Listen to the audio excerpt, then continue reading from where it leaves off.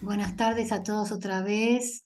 Les damos la bienvenida al Centro de Estudio de Hermenéutica, esta vez con una presentación muy especial desde Marruecos. El profesor Abdel Fattah Essin va a hacer una presentación de un estudio de campo sobre un trabajo que hizo, un trabajo de campo, perdón, sobre mujeres de la vida cotidiana dentro del COVID-19.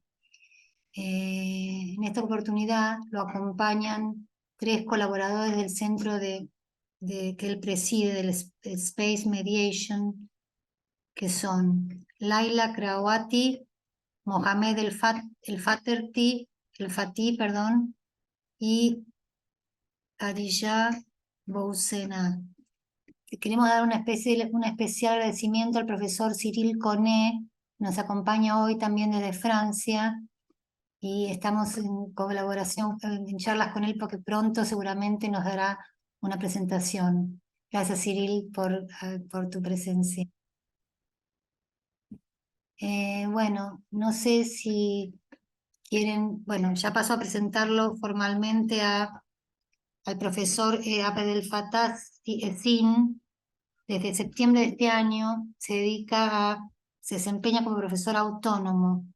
Trabajó como profesor investigador en el Instituto Universitario de Africanos, Euromediterráneos e Iberoamericanos, ex Instituto de Investigación Científica, Universidad Mohamed V. Coordinador nacional de la Red Marroquí de Sociología. Coordinador de la Red Africana para la Migración y el Desarrollo. Presidente del Espacio de Mediación. Especialista en temas de desarrollo y migración con interés por la metodología y un enfoque en los derechos humanos, la ciudadanía, el ocio, la mediación con respecto a la migración en general, incluyendo categorías sociales de vulnerabilidad tales como la exclusión, precariedad, violencia, radicalización y gestión de conflictos. Ha ocupado un puesto titular en la antigua URSS, donde ha dirigido varios programas de investigación en humanidades y ciencias sociales sobre juventud, ciudadanía y migración, que han sido coronados por varias publicaciones.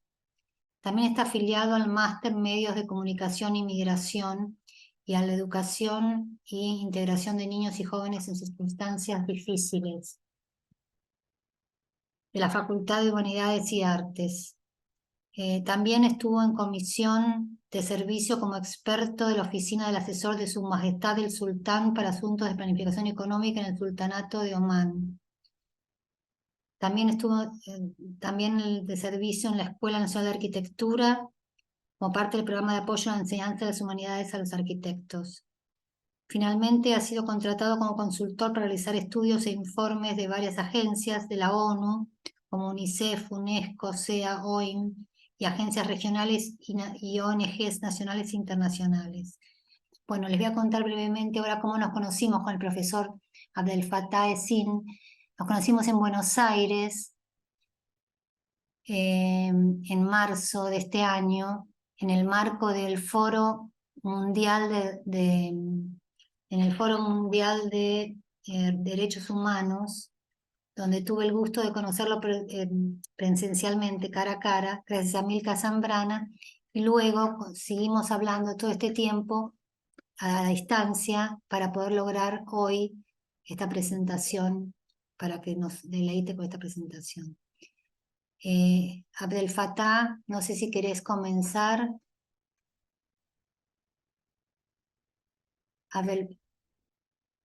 Acá estás. ¿Quieres comenzar con la presentación? Muchas gracias, Marina Mayor. Para mí es un placer estar acá con ustedes hoy. Y en primer lugar antes de empezar, quisiera desearle lo mejor para su director. En mi nombre y en nombre de todos los miembros del espacio Mediación que vamos a presentar este estudio.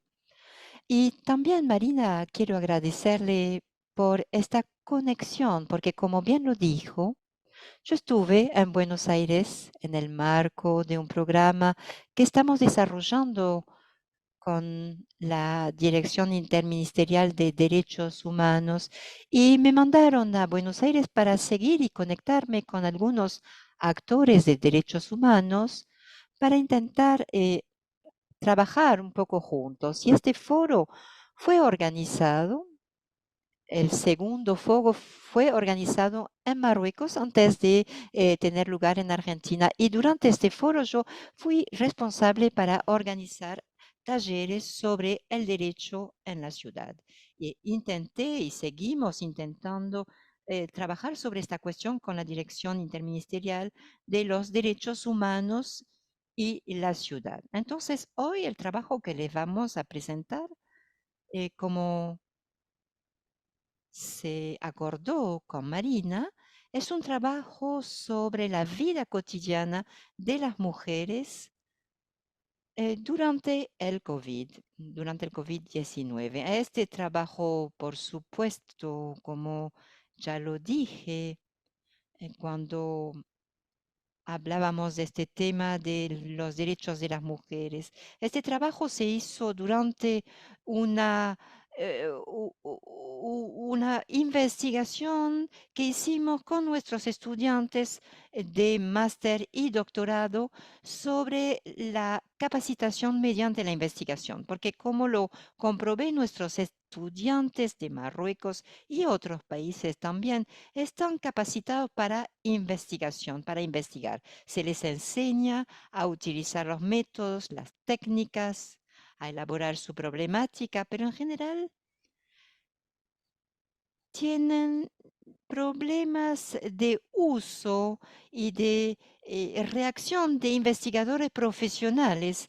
Entonces, durante el COVID ocurrió, ¿no? Y pensamos, bueno, tenemos que trabajar sobre uno de los temas mediante este enfoque, utilizando este enfoque para los estudiantes que estaban, que no podían ir a la universidad y por lo tanto vimos a ver qué podíamos hacer para analizar esta problemática femenina, porque la mayoría de las estudiantes estaban en esta situación de que vivían con sus familias las 24 horas y para poder explicar este trabajo que realizamos juntos, ya les hablé de la idea básica del trabajo, o sea, durante el toque de queda sanitario, la acción intelectual, cómo intentamos transformar esta pausa en una acción intelectual para pensar sobre el cotidiano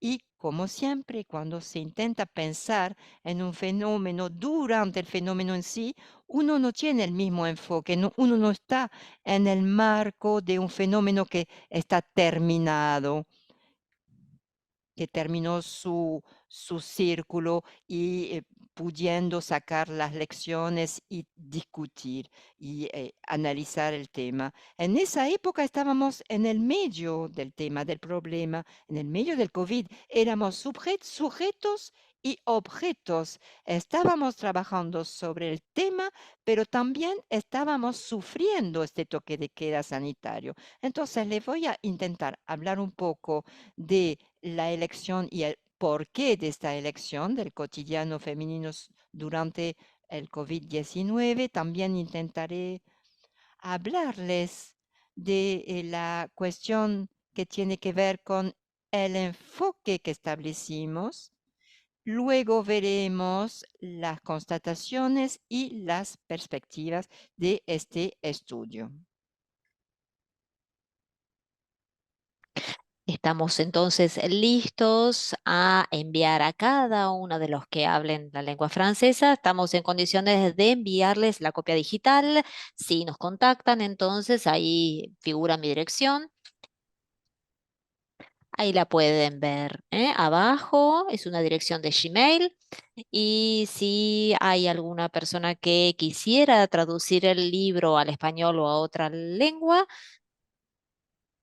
les podemos dar el derecho o los derechos de la traducción. Con lo cual estamos en este trabajo de crear todo un grupo a nivel internacional en torno a esta temática para explorar un poquito los impactos en torno a este tema. Entonces, la idea del trabajo comenzó, como ya lo dije, un día después de mi regreso de Brasil, en el marco de una serie de conferencias.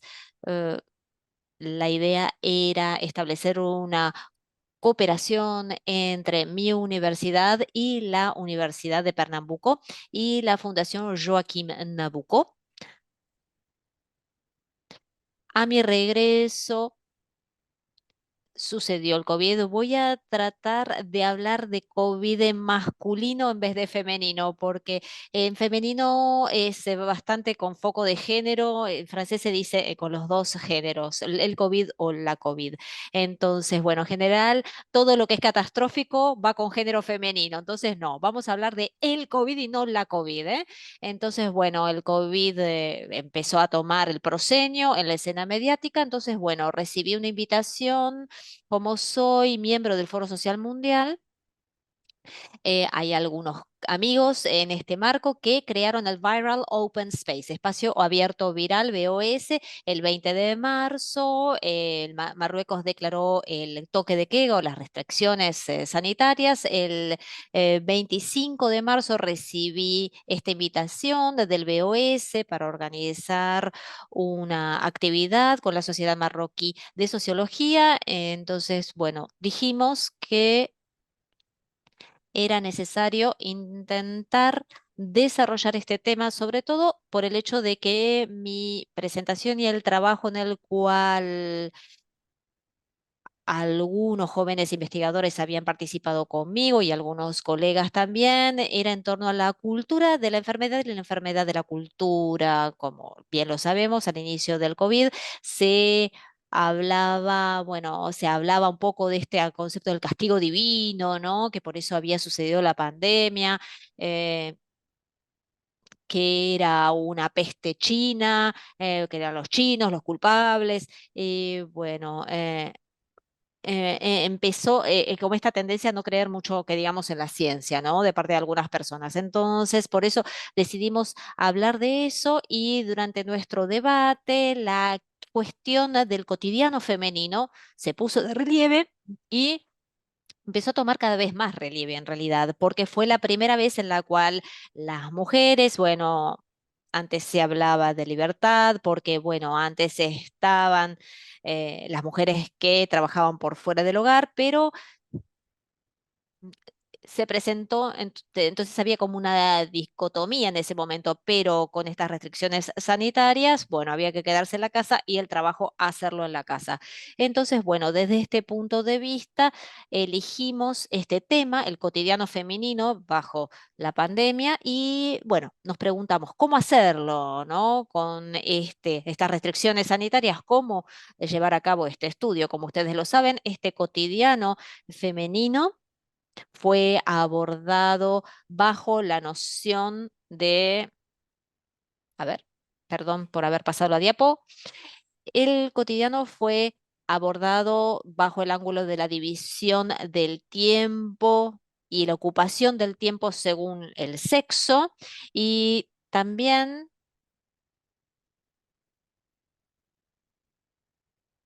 intentamos, bueno, cuando nos reunimos, digamos, dijimos que era necesario dar la palabra, dar la palabra a las mujeres tal como ellas lo deseaban, bajo las condiciones que ellas preferían, ¿no?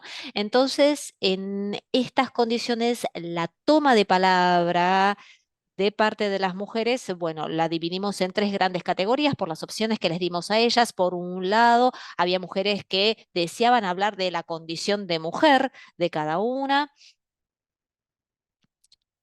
en forma de debate o bien en un formato de entrevista. Otras decidieron presentar su propio análisis de la situación según su propia perspectiva o según su propia actividad, por ejemplo, miembros de la sociedad civil, universitarias, etcétera. Y en tercer lugar, estaban aquellas que preferían hablar de sus preocupaciones en el contexto de la pandemia.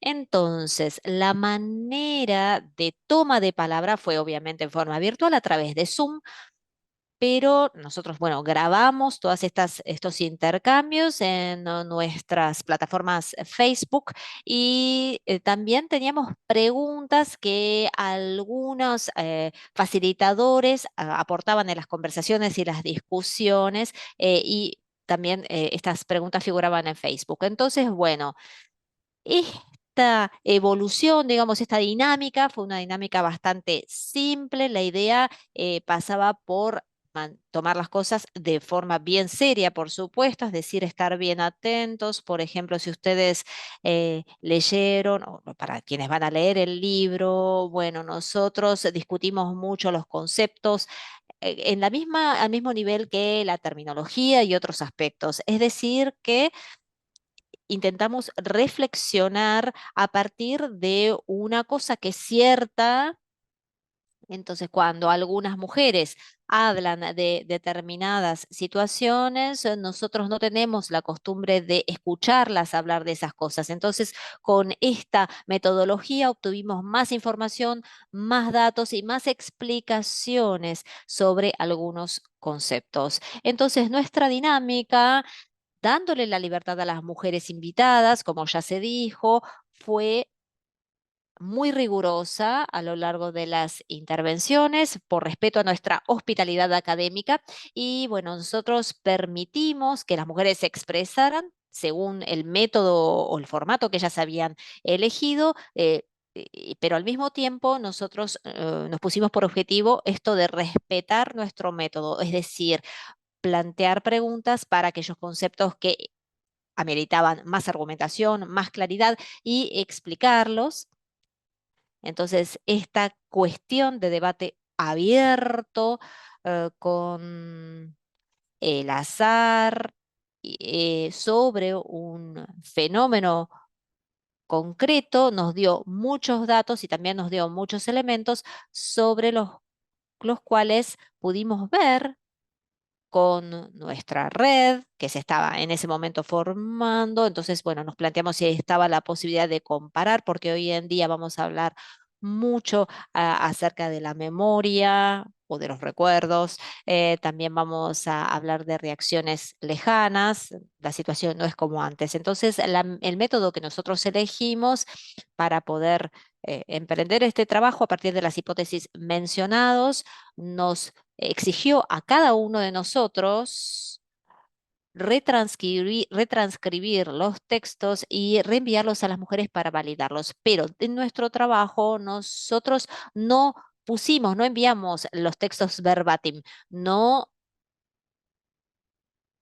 pusimos, no incluimos toda la conversación o toda la toma de palabra de las mujeres porque uno no habla de la misma manera que como uno escribe. Entonces nosotros decidimos armar el texto con un formato que respondiera a los criterios del texto escrito y enviar las cosas con las citas verbatim, o porque obviamente lo que es verbatim también está disponible en la página Facebook que permitía también hacer comparaciones, ideas, por ejemplo, que habían sido añadidas al texto, después hay ideas que habían sido revisadas o que habían sido abreviadas también. Entonces, nosotros lo que hicimos fue una escritura compartida, así la llamamos. Esta escritura compartida entonces es el resultado de un trabajo realizado con 12 mujeres. Se trata de 12 mujeres con las cuales nosotros hemos trabajado.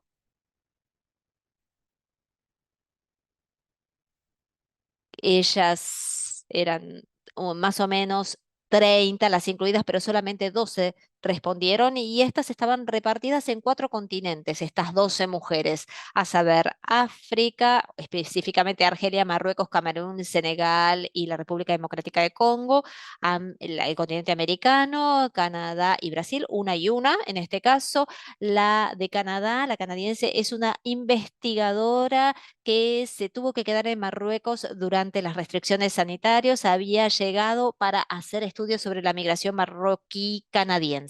También había representantes de Europa, Bélgica y Francia y Asia, sobre todo árabes, una mujer que es periodista de Emiratos y una chica de Omán que es cineasta.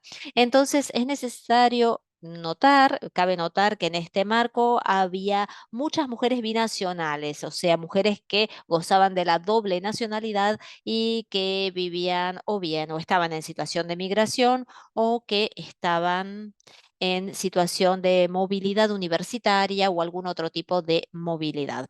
Como ya dije, en esta muestra de mujeres había chicas universitarias, abogadas, y también estas mujeres eran representativas de generaciones diferentes, con edades que variaban entre 30 años y un poco más de 60 o más de 60, y obviamente con ocupaciones, intereses, hobbies diferentes. Entonces, bueno, como la mayoría optaron por una entrevista después de una breve intervención, y otras prefirieron elegir la conferencia con formato académico. Entonces, esta encuesta aleatoria abrió una ventana y nos permitió aclarar esta idea de qué era lo que pasaba en la vida cotidiana de las mujeres.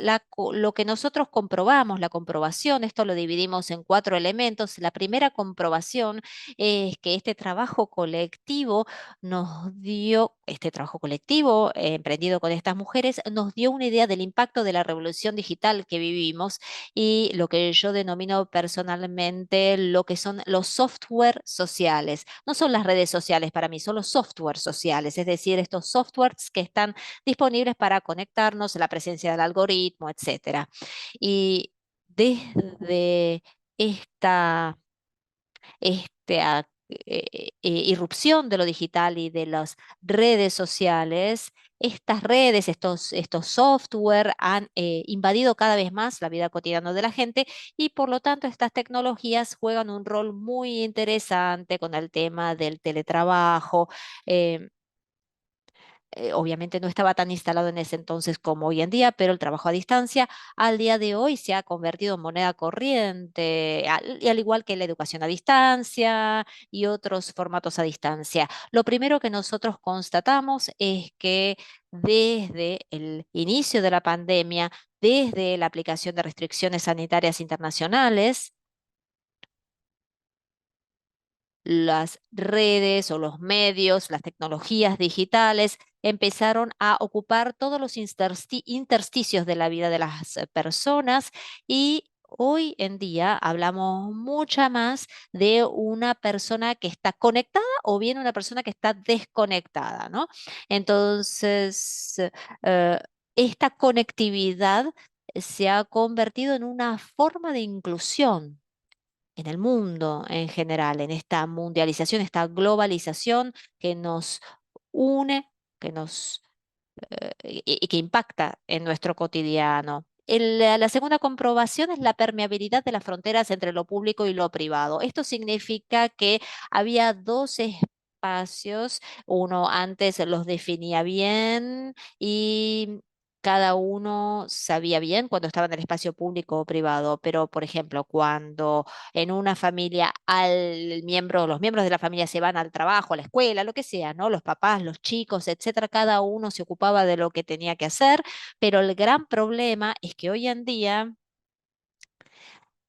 ahora había que vivir bajo la restricción sanitaria en confinamiento, haciendo las cosas en el entorno de la misma casa. Es necesario pensar entonces en las personas que vivían en espacios reducidos, muchas personas, muchos miembros de la familia, 4 o 5 miembros de la familia viviendo todos juntos y revueltos, los chicos con sus diferentes edades y sus diferentes preferencias, que jugaban, la mamá que a veces generalmente trabaja, y que tiene por responsabilidad 2 tipos de trabajo al mismo tiempo, la casa y su trabajo formal. Y bueno, en las altas esferas de decisión, por ejemplo, es necesario, se ha escuchado esto de la necesidad de politizar lo privado, ¿no? Lo privado como espacio de lo político, en el sentido de que la vida no pasa solamente o no sucede solamente en el espacio público, sino que también sucede en el espacio privado, que ha creado algo que tiene que ver con la intimidad, pero que hoy a partir de la pandemia y de las restricciones sanitarias, la cuestión de esta división entre público y privado se ha transformado completamente y las categorías se han vuelto precarias. Hemos visto que los chicos, por ejemplo, y las mujeres también eran víctimas de todo tipo de violencia. A veces los jóvenes que tenían costumbres ocultas de sus padres, por ejemplo, en sus vidas privadas, en sus espacios públicos o bien espacios privados por fuera del hogar, por ejemplo. eh, de repente estos jóvenes se encontraban en situaciones que de alguna manera eran disparadoras de violencia. O sea que estas transformaciones era necesario explorarlas para redefinir lo público y lo privado y el peso que se le daba a cada uno de los espacios. Eh, a esto se suma una tercera idea, una tercera variable, que es el peso del cúmulo de tareas domésticas y profesionales que recaían sobre la mujer. Entonces, ahí es donde nosotros empezamos a comprender esta fuerza de la división liberal del trabajo, en el cual la mujer trabaja afuera, pero que en realidad nunca se liberó del trabajo doméstico, que está basado y distribuido según las diferencias sexual. Y bueno, además, si volvemos al entorno del hogar con las restricciones sanitarias, las mujeres debían de- su vida cotidiana empezó a volverse muy amarga y con mucha presión psicológica, mucho cansancio. Entonces, por este motivo, nosotros nos replanteamos la pregunta que yo ya enuncié al inicio. ¿Nuestra cultura está acaso enferma? Y si nuestra cultura está verdaderamente enferma, significa que no nos ofreció los medios para hablar de la cultura de la enfermedad. Entonces, hemos visto que nosotros hemos vivido con esta idea del castigo divino, las teorías conspiradoras o de conspiracionales. Entonces, la, también estaba la cuestión de la vacunación y las vacunas, ¿no? Entonces, hemos visto que esta cultura, ¿por qué decimos que está enferma? Porque nosotros hablamos de la ciencia, de su rol, etcétera, y hemos visto que el discurso en torno de la ciencia, de la medicina, había muchas ideas que empezaban a surgir, la gente se sentía tironeada, ¿no? ¿Qué es verdadero? ¿Qué es falso?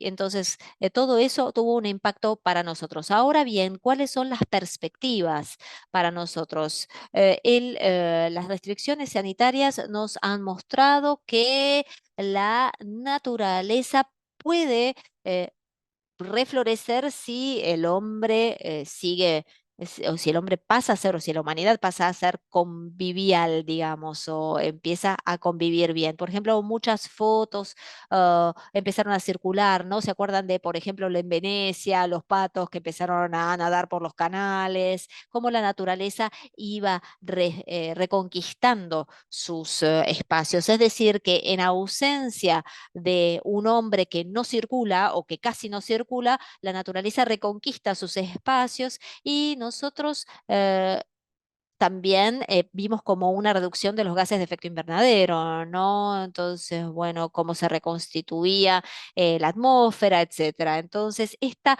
convivialidad, este retiro del hombre, ¿no? Este alejamiento del hombre de la naturaleza, esta situación donde el hombre controlaba todo y que cesó en la pandemia, permitió arreglar algunos problemas y servir de utilidad para algunas cosas, ¿no? Esta es una perspectiva que merece la reflexión y que es necesario tomar en serio en los abordajes que tienen que ver con el contraproductivismo, con el antropoceno, etcétera. La segunda gran idea que nos interesa y que nos interpela, nos sigue interpretando, tiene que ver con la sociedad. La sociedad no puede avanzar pisando en un solo pie. Significa que la cuestión femenina, la cuestión del género, es una cuestión interesante que es necesario poner sobre el tapete. Como lo dijimos como ya lo dice la Agenda 2030 de las Naciones Unidas, no se puede avanzar dejando a ciertas personas de lado. Eso es imposible. Y por lo tanto, la cuestión de la mujer es una cuestión en realidad de ecología. Entonces, es necesario tomarla en serio, es necesario ponerla sobre el tapete, tratando siempre de discutir, ¿no? Esta cuestión de lo privado, lo público, la división del trabajo, etcétera. Y finalmente, otra idea que estamos tratando de desarrollar en otro marco, conjuntamente con el movimiento antiutilitarista en ciencias sociales, es sin excederse en el hubris y la restauración de la justicia en todas sus manifestaciones, como lo dije antes, la ruptura con el productivismo, todo lo que lo sostiene y todo lo que lo alaba, digamos, o lo sostiene, las perspectivas no anuncian un mejor futuro. Significa que si nosotros seguimos en este tren neoliberal, con esta globalización galopante que devora todo y que es culturofágica, y que se basa en el productivismo, en, en el consumismo, ¿no? También porque se está cometiendo excesos con respecto al consumo. Entonces, el futuro no pinta bien. Esto significa que las cosas no pueden cambiar esto no significa que las cosas no puedan cambiar, perdón, la naturaleza puede reconquistar sus espacios si el hombre aprende a convivir con ella. Por eso la buena convivencia sigue siendo una opción a seguir y a discutir y a aprender, y en ese sentido nosotros podemos sostener o superar otras pandemias y otras crisis, porque las crisis no son solamente un momento de crisis en el sentido estricto del término, pero bueno, reviste oportunidades. ¿Sabremos aprovecharlas? Sobre eso tenemos que trabajar.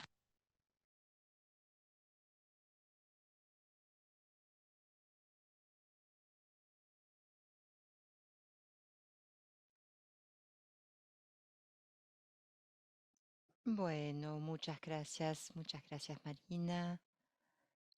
Eh, Muchísimas eh, gracias. muchas gracias. ¿Querés abrir el debate con tu gente? Ay, no te veo, Abdel Fattah. Nos acompañan también, no sé si lo dije ya, Laila Krauti, bueno, Mohamed El Fati y Haudi Pusena, perdón por la pronunciación. No sé si ellos van a arrancar con el debate.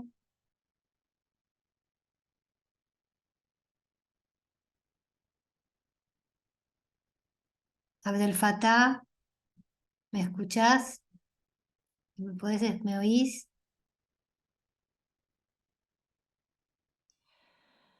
Bueno, si no hay ninguna pregunta y si los colegas que participaron conmigo a este trabajo quieren agregar algún elemento, es el momento de hacerlo. Así vamos enriqueciendo el debate. Laila, Ah, perdón, acá hay dos manos levantadas y está también Cirile. No sé si empezamos por Abdel Fattah. ¿Con quién empezamos? ¿Por tu gente o por Cirile? ¿Por Mohamed o Hadija o por Cirile? Bueno, Cirile, puedes empezar.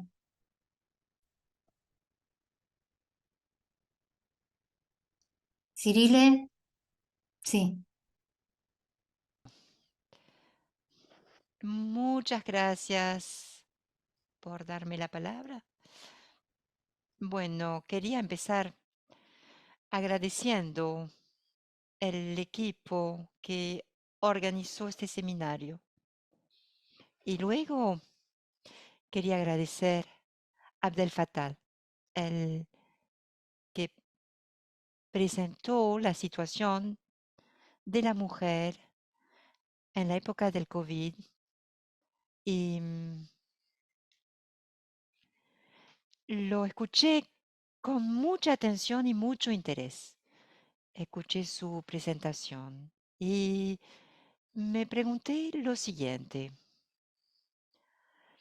¿se llegaría a la misma situación o a la misma comprobación si el estatuto de las participantes que se estudiaba fuese diferente? Porque yo lo que vi es que las mujeres que participaron son todas mujeres de clase media, mujeres con un diploma, con un buen nivel de educación. ¿Llegaríamos a la misma conclusión si tuviésemos mujeres obreras, mujeres que pertenecen al sector del comercio, mujeres así?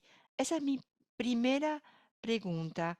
Y mi segunda pregunta sería, eh, como para entender un poco em, l- lo que, lo que es la importancia en Marruecos, ¿no? Lo que es la importancia de la ley aquí, ¿eh?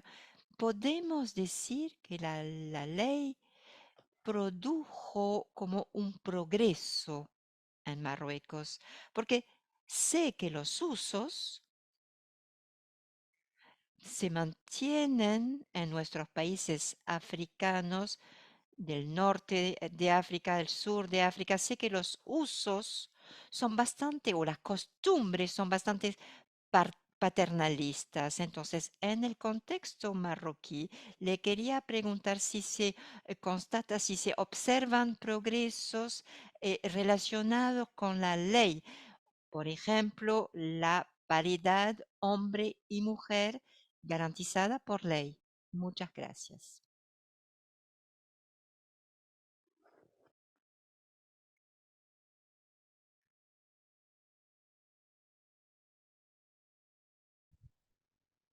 Tienes el micrófono apagado, Marina.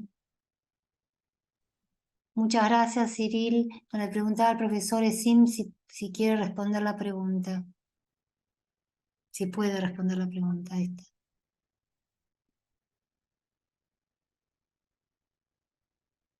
Bueno, les voy a dejar la palabra a los jóvenes investigadores. ¿Eh? Laila o Bucena, si quieren contestar, y después yo puedo agregar algo. Vamos, los jóvenes tienen la palabra. Hola, buenos días. ¿Puedo intervenir? Sí, por su... ¿Me escuchan?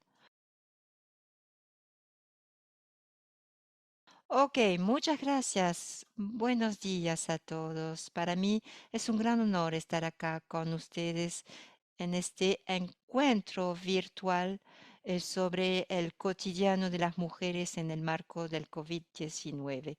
Como lo dijo el profesor, este trabajo trata de un tema muy importante, que es la vivencia de las mujeres durante el COVID-19, durante la pandemia, porque como lo saben todos, la pandemia fue un momento difícil para todos, hombres y mujeres, pero principalmente para las mujeres. Hay estadísticas que muestran que las mujeres fueron víctimas de violencia, que tuvieron problemas socioeconómicos. Por lo tanto, la importancia de esta obra aparece acá en el tema, en el perfil de los participantes también y en la manera en que se presenta, que sale un poco de lo común. Y lo que quisiera agregar, no quiero prolongarme mucho acá porque el profesor ya dijo todo lo que se podía decir sobre este trabajo, pero lo que quisiera agregar es sobre la importancia del espacio público durante la crisis sanitaria, porque en ausencia de espacio público no podemos saber si una mujer sufre de violencia o si un niño sufre de violencia. Y durante el confinamiento, las violencias no fueron controladas y el hombre podía ejercer esta violencia y las mujeres víctimas no pueden pedir ayuda, no pueden ir al hospital por el confinamiento y esto tuvo un impacto muy grande sobre el acceso al espacio público de las mujeres que tuvieron que mantenerse en su espacio privado con toda la violencia, golpes, violaciones, etcétera. Entonces, el problema que encontramos durante ese momento fue que el acceso a la policía era limitado porque estábamos en el toque de queda sanitario. El acceso a la justicia también era difícil. Entonces, no se podía dar cuenta de estas violencias basadas en el género. Eso por un lado. Y por otro lado, para contestar a la pregunta del señor Cyril Conet, quisiera darle la palabra al profesor después, Abdel Fattah, para que agregue algo, pero sobre lo que dijo Cyril, yo diría que durante el confinamiento el acceso a la ley era muy complicado y tener acceso a otro tipo de mujeres también era complicado. ¿Eh? Mujeres obreras, mujeres comerciantes, era difícil acceder a este tipo de mujer. Entonces, eh, teníamos que acceder al sector formal de las mujeres que trabajaban en el sector formal. Si no, era muy complicado acceder a estas mujeres que trabajaban en el sector informal. Muchas gracias. Gracias, profesora. No sé si quieres agregar algo, Mohamed. Bueno, si Laila o Fateri no quieren contestar, yo puedo contestarle al señor Cyril Conet. ¿Leila tiene algo para agregar? ¿O Fateri? Hola, buenos días. Fateri hablando, ¿eh? Voy a agregar un poco algo acá y después lo dejaré hablar, señor profesor, para aclarar un poco más el tema. Bueno, Fateri, lo escuchamos. Bueno, buenos días a todos. Muchas gracias al Centro de Estudio por la organización de esta conferencia. Y por supuesto, el señor Esin en la presentación de su trabajo aclaró muy bien todo lo que tenía que ver con el contenido del trabajo. Ahora yo quisiera hablar de dos cosas. En primer lugar, la metodología y en segundo lugar, la relación que tiene que ver con lo que preguntó el señor Cyril Conet, o sea, las conclusiones de este trabajo. En primer lugar, la metodología. El profesor ya aclaró bien el hecho de que durante la metodología quisimos trabajar en dos niveles. La metodología de organización de las conferencias, cómo se elaboró las informaciones, cómo se eligieron las muestras, entre comillas, pero también trabajamos a otro nivel.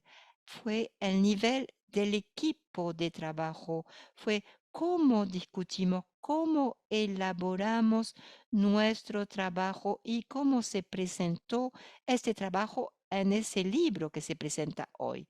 Entonces, a ese nivel, pienso que hablamos de dos puntos. Primero, cómo interpretar los temas elaborados por las mujeres y segundo, cómo pensamos en la manera de trabajar, porque tenemos una paradoja acá, porque trabajamos en un espacio y queremos aplicarlo a la investigación también, porque el objetivo era investigar y realizar un libro que nos puede aportar algo sobre la vida cotidiana de las mujeres durante el COVID-19.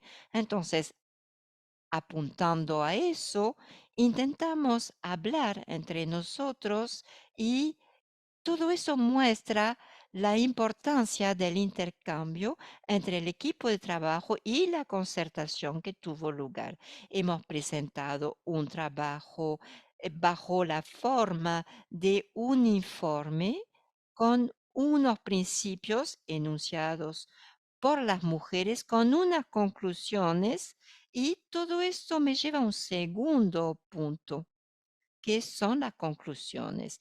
En cuanto a las conclusiones, podemos hablar de tres niveles de conclusiones. Tenemos las conclusiones a nivel macro, con el impacto sobre las estructuras socioeconómicas, sobre la sociedad en su totalidad, y las mujeres como actores, como actrices de la sociedad, y la pandemia ha cambiado estas actividades sociales y ha cambiado la actividad de la casa. Y esto tuvo un impacto sobre las relaciones en el trabajo también, porque hemos importado lo que estaba fuera de la casa a la casa. Las relaciones profesionales entraron en la casa a través de la tecnología y sabemos que tenemos un primer nivel también, que es el nivel micro, el enfoque micro, que tuvo un impacto sobre los individuos, un impacto directo mediante las medidas sanitarias que se tomaron en la casa.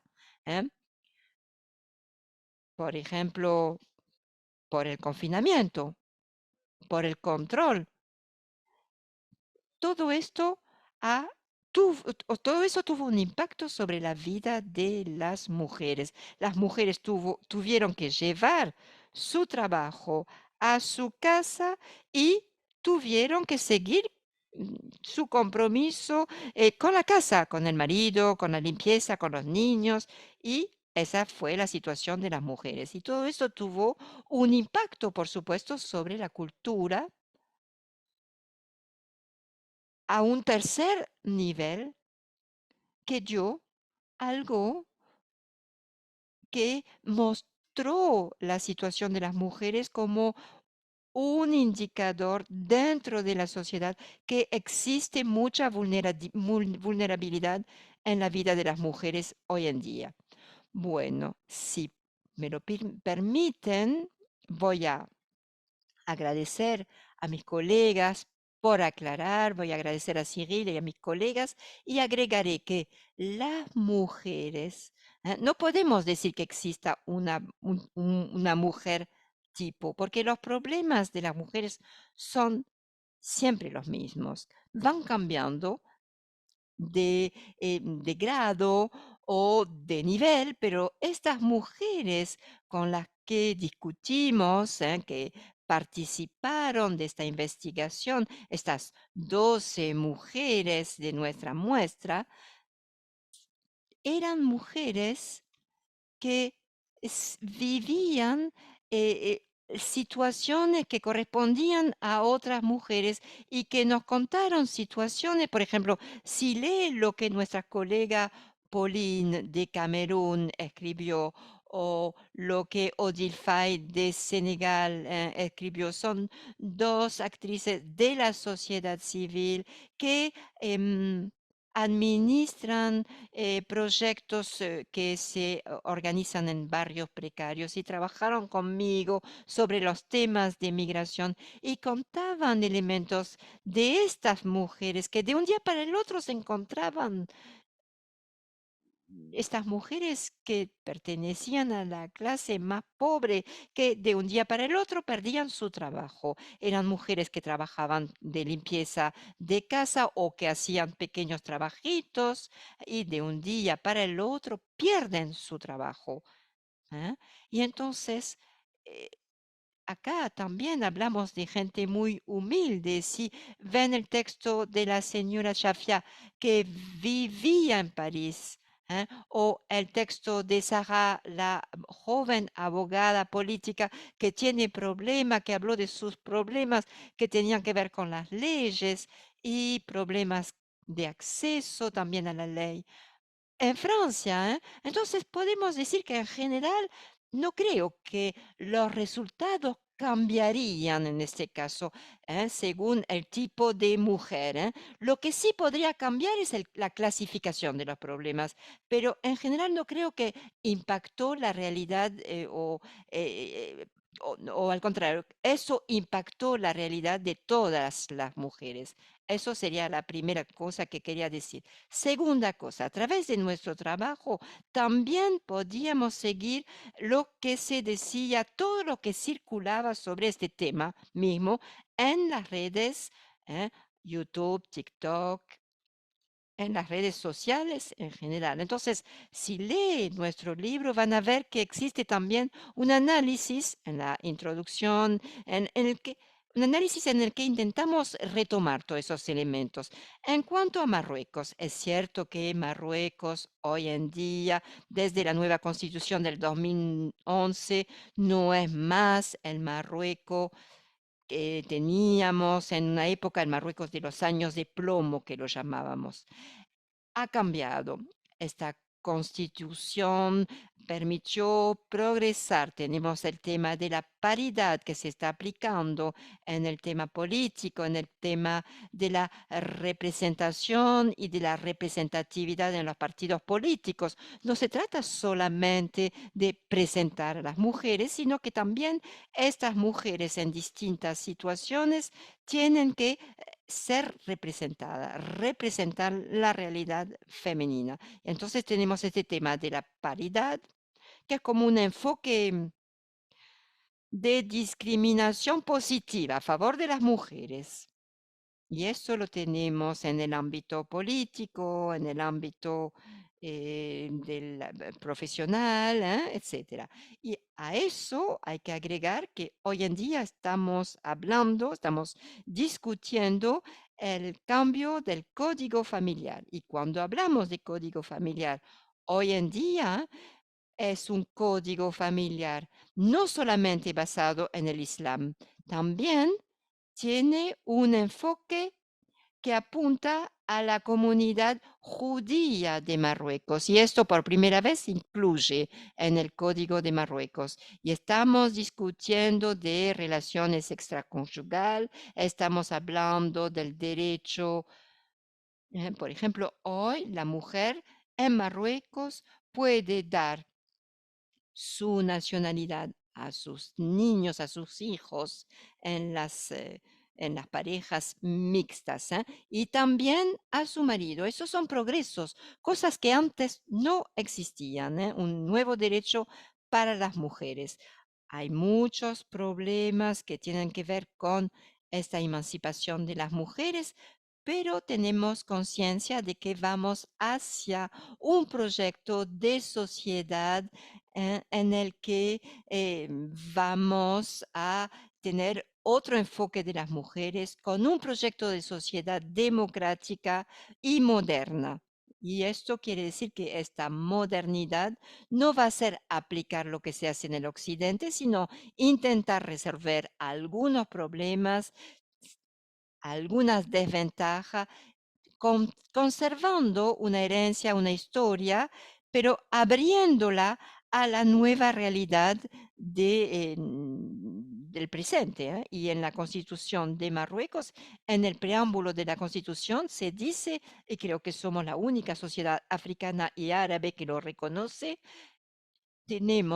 se habla de la diversidad identitaria, o sea que el marroquí no es una raza, es una identidad que se alimenta del islam, del judaísmo, de la cultura del Mediterráneo, de la cultura africana y otras cosas. Es algo que se dice hoy en día, Marruecos no es solamente África. ¿eh? Mandela dijo que Marruecos es de distintos colores y África es de distintos colores, perdón, y Marruecos lo aplicó a su constitución. Hoy estamos aplicando este enfoque en este debate que se hace con el islamismo y debate que considera que algunos progresos pueden ser peligrosos para el Islam. Un Islam que no está escrito en las leyes, un islamismo sabemos que está presente en la cultura, sabemos que esto tiene un impacto y los usos antiguos están ya superados y tenemos este debate nuevo en Marruecos sobre un debate sobre algunos temas y ya lo dije, el código de la familia en Marruecos es algo que se está discutiendo mucho porque hay algunas cosas que a través del COVID tuvimos que entender mejor y el COVID nos ayudó de alguna manera a entenderlas mejor. Muchas gracias. Gracias, Eso es todo lo que yo tenía para decir. perdón. Gracias, profesor El Fatih. No sé, Laura, ¿querés preguntar vos? Buenas tardes, muchas gracias en primer lugar, profesor Estil. Y también con él, bueno, mi pregunta es muy breve. Usted mencionó en un momento que la casa, es decir, la vida privada se volvió política y justamente es uno de los aspectos que me resulta muy interesante es preguntarse, esta reducción, digámoslo de esta manera, de la vida pública que tuvimos durante la pandemia, justamente trajo como consecuencia una menor participación en espacios y en acciones y en iniciativas públicas. Entonces me interesaría preguntarle si hubo como una vuelta de tuerca, decimos nosotros, si hubo eh, como una modificación en eso que se entiende como público, una vez que las restricciones sanitarias se levantaron, digamos, casi hoy día, o digamos ya hoy totalmente.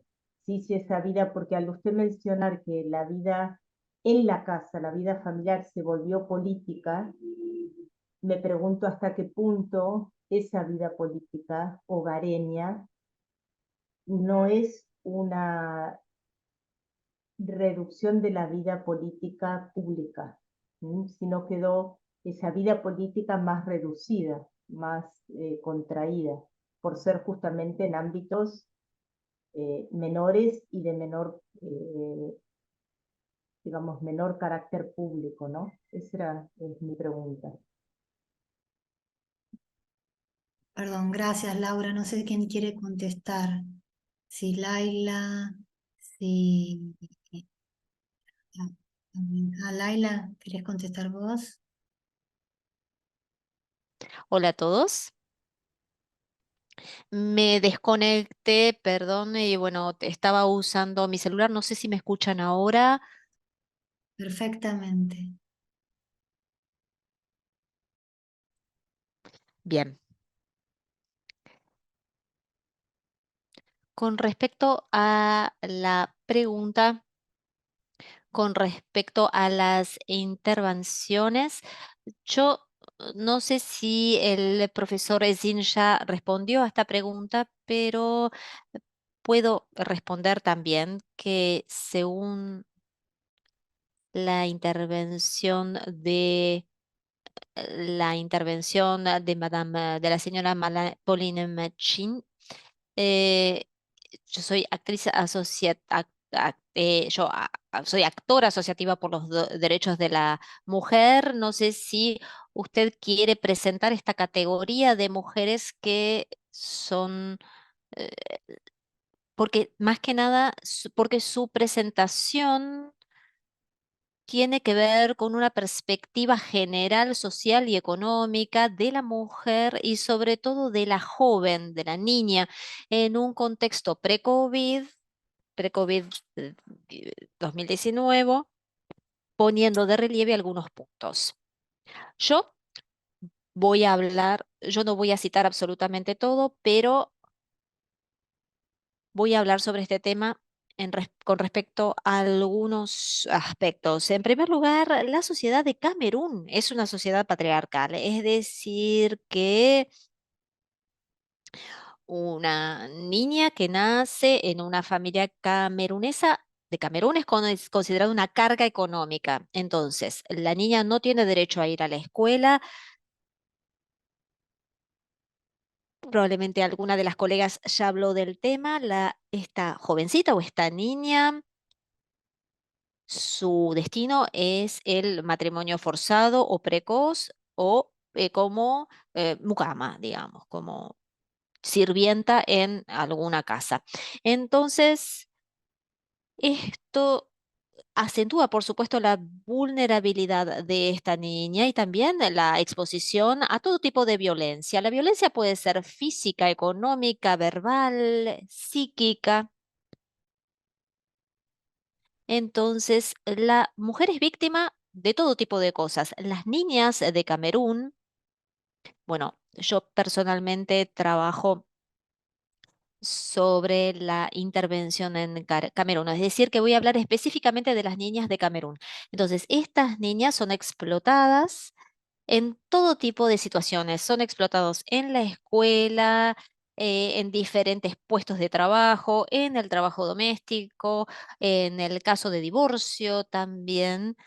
eh, entonces, es que está privada de todo tipo de derechos, inclusive a nivel de maternidad, es decir, que muchas veces estas niñas son empujadas a la prostitución.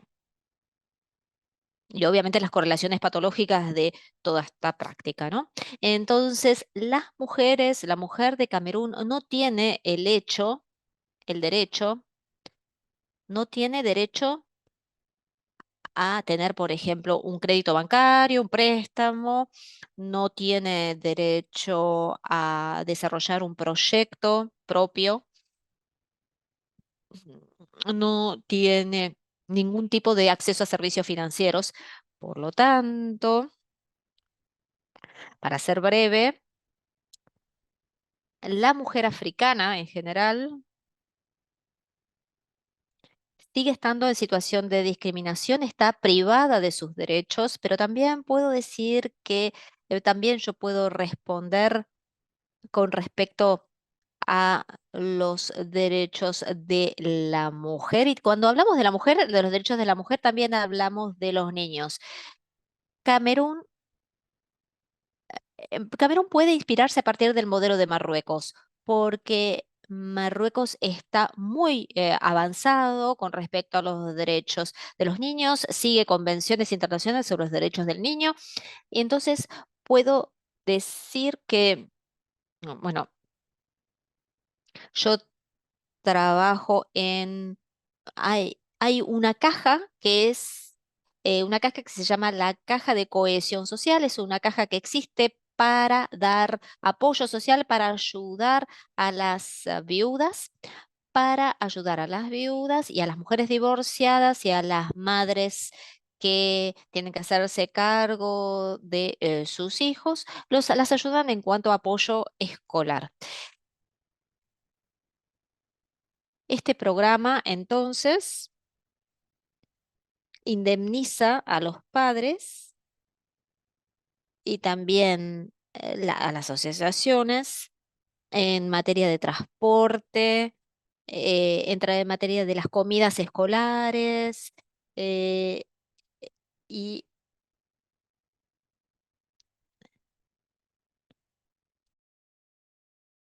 es decirlo, es necesario decirlo en francés, dijo una palabra en árabe, es la casa del estudiante, dice. Dar taliba es una palabra árabe, básicamente es como una casa o como un hogar en donde los jóvenes estudiantes eh, pueden estar.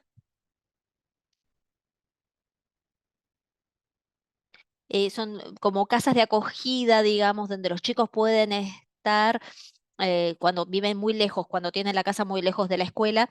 Y bueno, hay un cuidado completo que se les da a los chicos allí.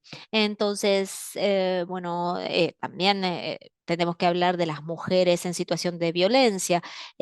Marruecos, por ejemplo, creó este concepto de espacios multifuncionales.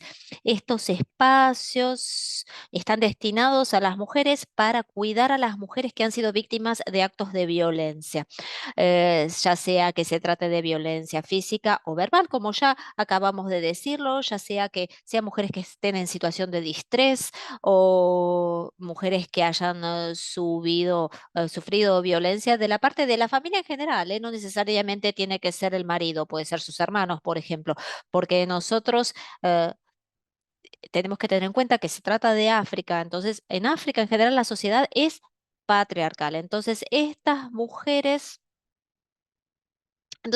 especie de casas de acogida son como refugios para ellas. Y es así como son acogidas y reciben apoyo, acompañamiento, orientación jurídica para ellas también.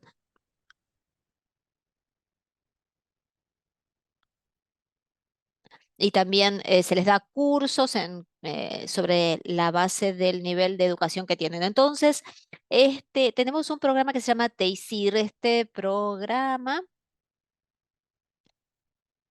TEISIR Tesir significa facilitación. Teisir en árabe seguramente significa facilitación. Es un programa destinado a luchar contra el abandono escolar.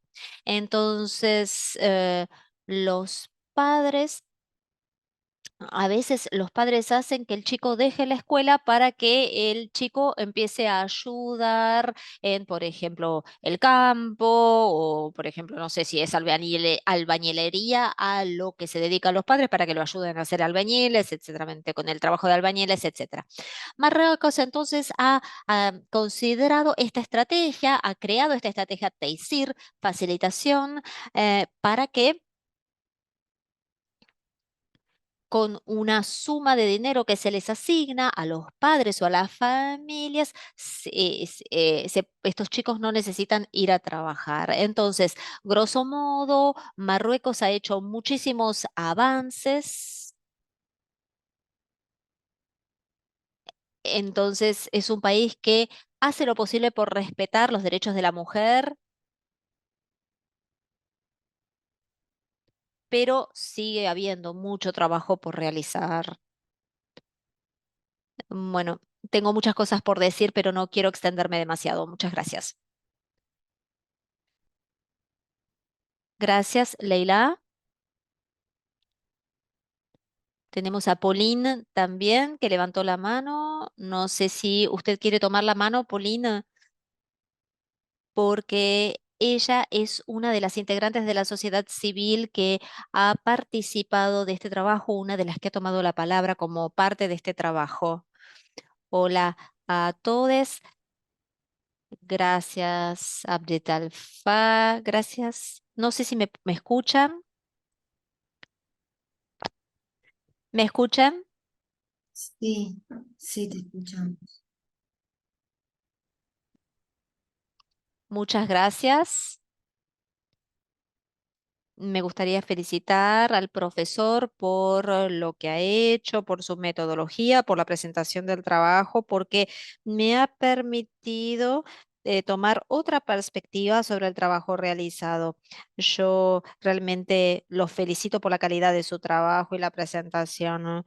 Y también me gustaría felicitar a Leila, porque ella realmente, ella está de alguna manera tiene que ver con un contexto de mucho sufrimiento.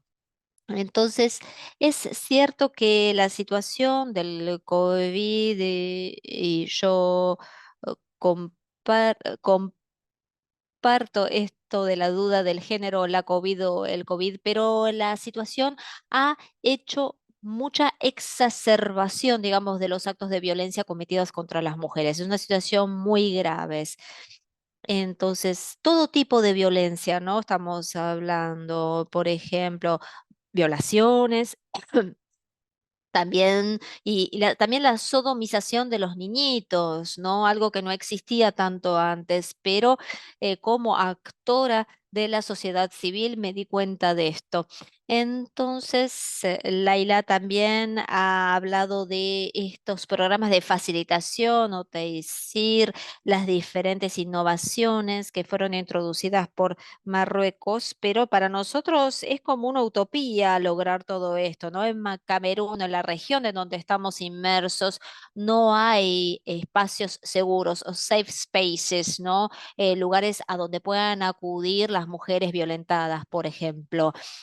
No hay un espacio así en absoluto en nuestras regiones, porque nosotros no tenemos ningún tipo de apoyo, al contrario, estamos amenazadas. Entonces, tuve que ir a la comisaría esta semana mismo con dos chiquitas de 12, 15 años que habían sido violadas. Entonces, no pueden imaginarse cómo me insultaron allí, ¿eh?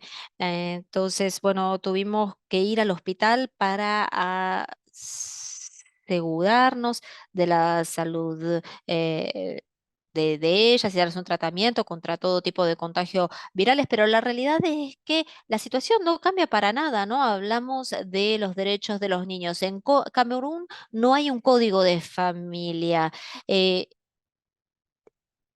por, s- si los niños de cualquier situación, por ejemplo, los hijos naturales, los hijos legítimos o ilegítimos, no tienen ningún tipo de derechos. En- con el con diferentes protocolos o la convención o los convenios en favor de los niños. Hemos tratado de cambiar las cosas, pero no ha sucedido. Entonces, esto significa que en África hay, no se respetan los convenios. Entonces, a los 18 años de edad ya se considera que son adultos los niños. Ahora bien, ¿qué sucede en Camerún? Hay tres mayorías: la mayoría penal de 18 años, electoral 20 años y mayoría civil de 21 años. Entonces, ustedes hablaron de la paridad. Nosotros todavía no llegamos a esa instancia de paridad, pero en lo que hace a nuestra asamblea nacional, hay un 30% de mujeres allí. Pero ¿qué pregunta hay que plantarse? ¿Ese 30% de mujeres son realmente representativas? Se habla de los ODS, de la cuestión de la generación de igualdad, las coaliciones de acción, etcétera, pero la realidad es que, ¿qué es? Por ejemplo, los ODS, por ejemplo, se ignoran completamente en nuestro país. El contexto es tan diferente. Y todo lo que yo retengo, lo que yo recuerdo de la época de la pandemia y de la digitalización, estas reuniones de Zoom, etcétera, pero bueno, antes del COVID, esto directamente no sabíamos que existía. Entonces, yo muchas gracias. Quiero agradecer a los investigadores por haber elegido mi voz en representación de África Central. Muchas gracias y muchas gracias por haberme dado la palabra. Gracias, Pauline. Bueno, no sé si quién quiere agregar algo. ¿Había quedado alguna pregunta pendiente? No recuerdo. No, me parece que no, ¿no? No sé, Laura, ¿te respondieron tu pregunta? No sé si quieres hacer alguna otra, no. Eh, ¿Dónde está Abel Fatah? ¿Me escuchás? Profesor Esim, ¿me escucha?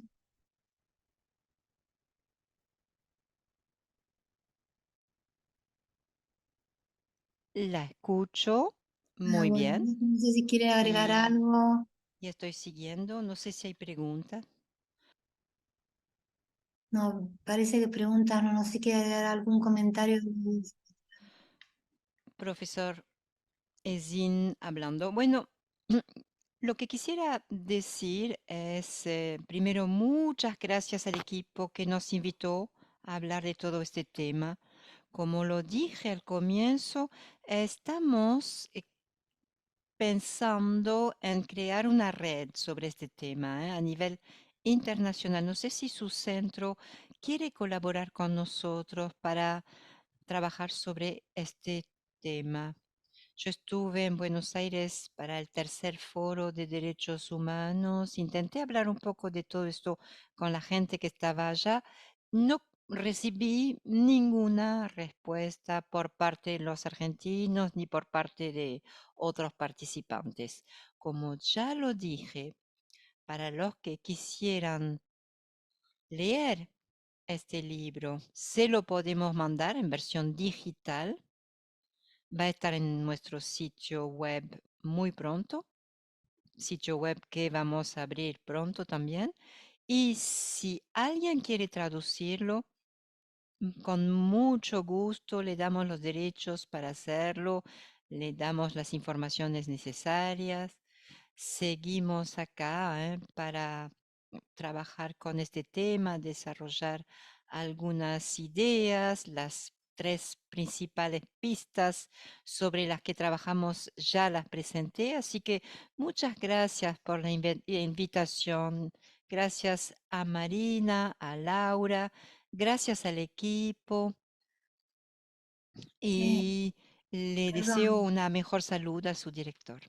perdón. Ella, Sobre Cyril Cone también tiene un trabajo sobre el COVID, ¿no es cierto? ¿Querés brevemente contar, profesor Cone, sobre el trabajo sobre el COVID?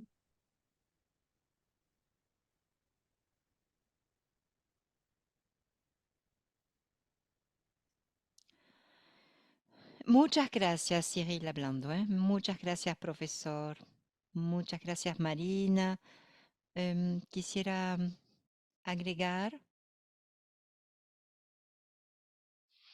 a lo que ya escuché, quisiera decir que globalmente podemos decir que la situación de la mujer, la condición de la mujer en África es deplorable.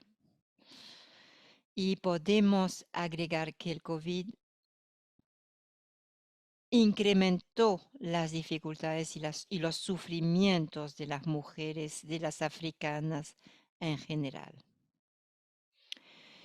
Y bueno, de repente, durante el COVID, lo que yo intenté entender, lo que busqué entender, es si en el contexto en el que vemos un progreso de las leyes, en el contexto en el que vemos que hay prácticas que garantizan la paridad hombre-mujer,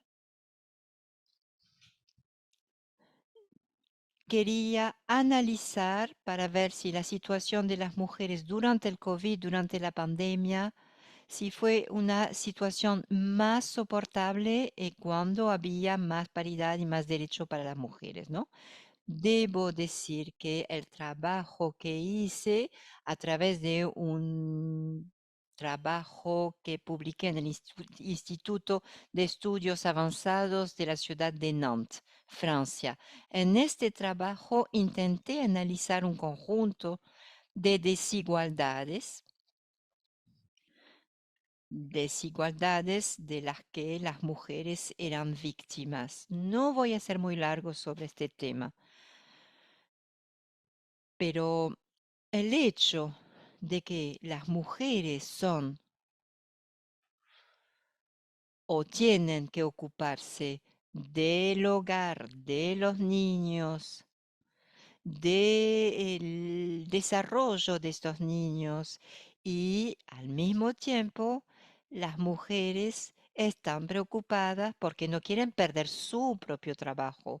Entonces terminan teniendo unas jornadas larguísimas, jornadas pesadas, terribles ya antes del COVID, se transformaron en jornadas pesadísimas, cargadísimas de actividades durante el COVID.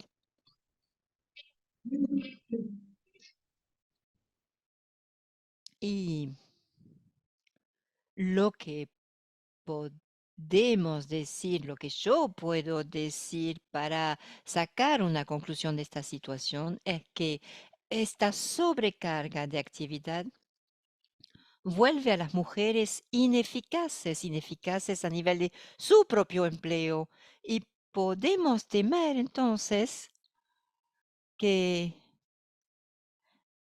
a través de esta globalización liberal que vivimos, en este mundo en el que vivimos, en el que el capital, las empresas buscan realizar principalmente un beneficio, un provecho, podemos temer que las mujeres pierdan su lugar en el futuro porque no son productivas, cuando en realidad son víctimas de una injusticia, ¿eh?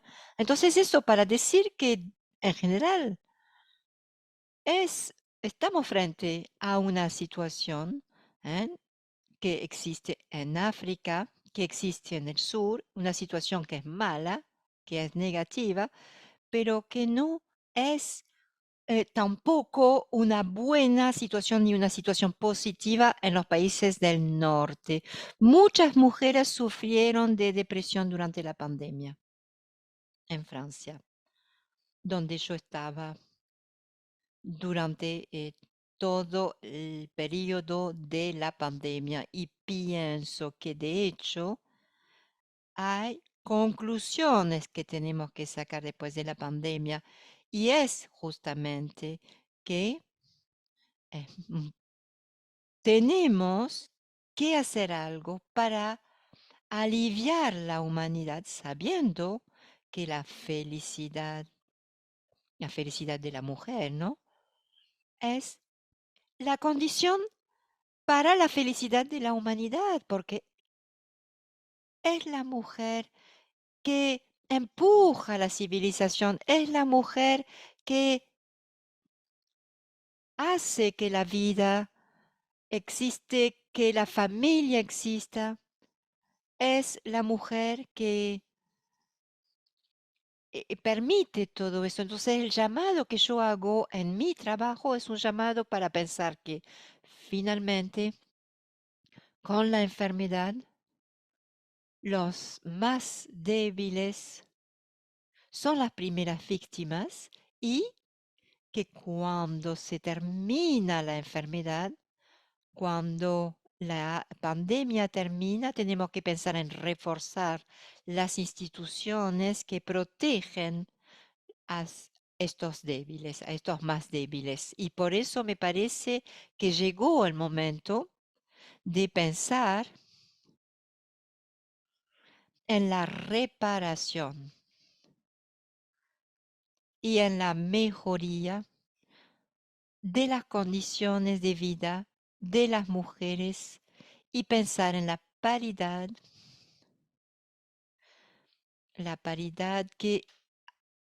a la que apuntamos y que la paridad sea una realidad.